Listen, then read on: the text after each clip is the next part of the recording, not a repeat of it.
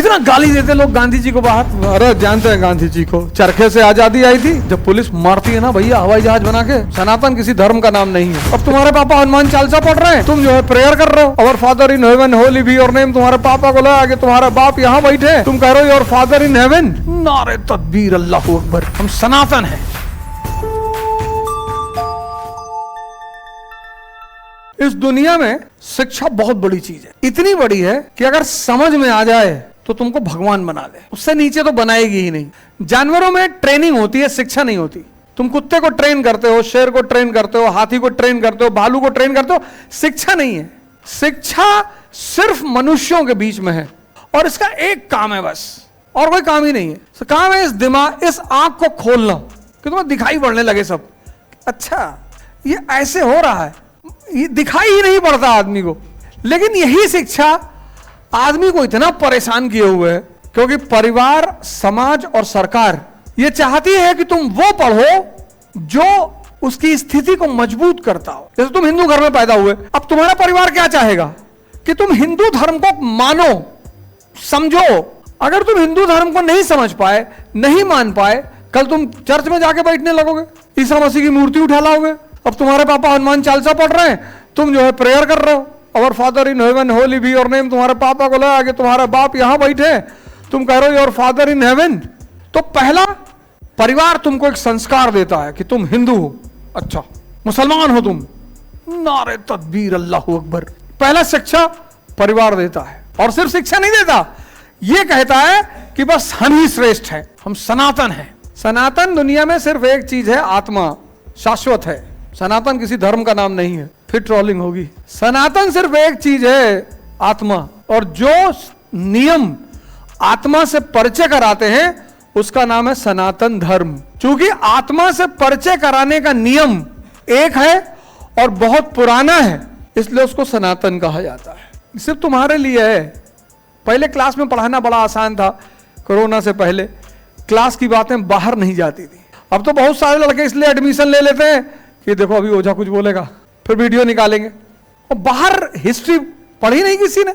इस देश में 10% लोगों ने कायदे से इतिहास पढ़ रखा है, उसमें से कोई राजनीति में नहीं है। प्रोफेसर हैं, स्कॉलर हैं, बाहर चले गए, सब doctor engineer, doctor engineer, doctor engineer, MBA।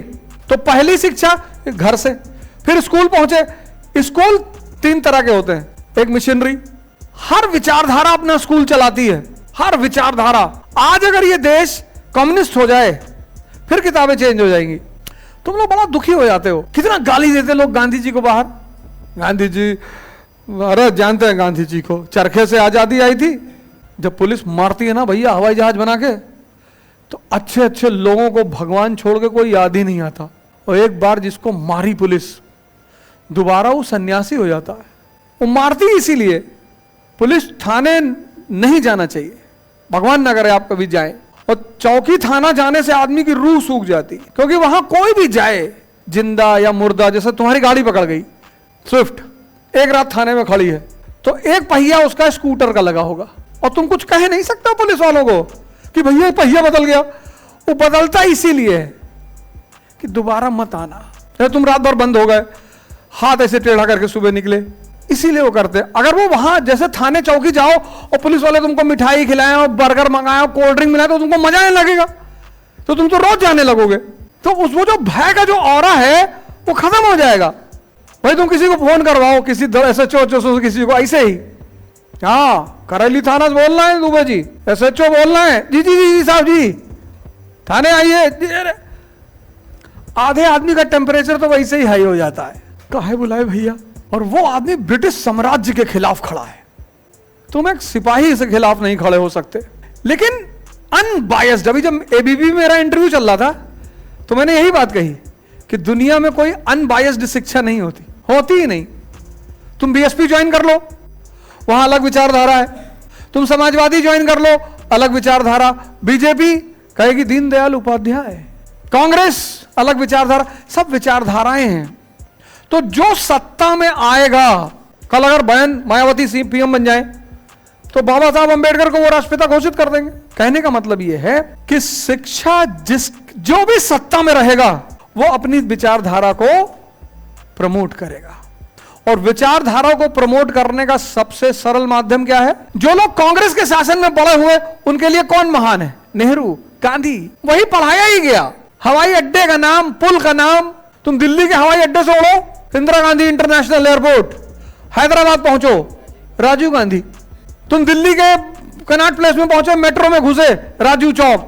तो जब हर जगह राजीव गांधी, इंदिरा गांधी, नेहरू जी, राजीव गांधी, तो एक समय आएगा जब तुम्हारे मन में यही सब घूमेगा।